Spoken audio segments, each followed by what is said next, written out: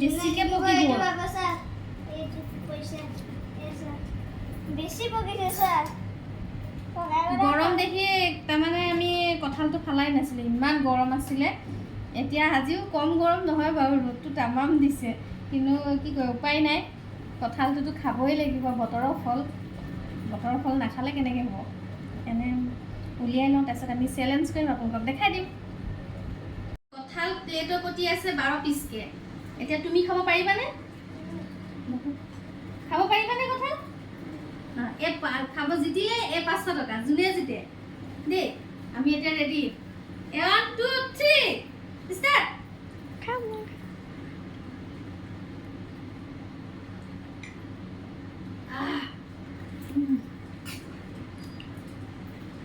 কোনেবা জিতি এতিয়া বন খা এনেকুৱা গৰম আজি ইমান গৰম তথাপিতো কঁঠালৰ চেলেঞ্জ তাকো চেলেঞ্জ কৰিছোঁ পোৱালীকেইটাৰ লগত এয়া চাওক গাইছ সেয়া কঁঠাল কোনে পাৰে 12টা খাবলৈ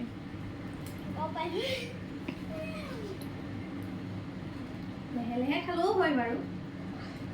খালি চেষ্টা কৰিলেই হ'ল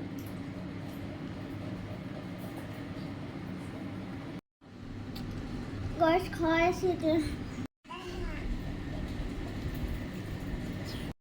কম্পিটিশ্যন যে কৰিছিলোঁ কম্পিটিশ্যনত হৰা প্ৰতিযোগী মই কাৰণ মোক প্লেট চাওঁ খাব নোৱাৰিলোঁ আৰু এই পোৱালীয়ে খাই আছে সেইফালেতো চেচেও কৈ দিয়া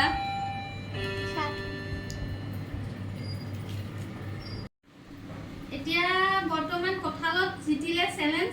আমাৰ এই সৰু বাইদেউ সিও খাব নোৱাৰিলে সি নাখায় বোলে সুধিলোঁ নাখায় এতিয়া এই পইচাটো যাব এতিয়া মোলে কাৰণ মই হাৰিলোঁ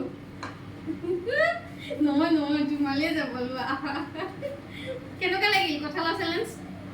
এতিয়া পইচাটো কি কৰিবা খুলুঙত ধৰবা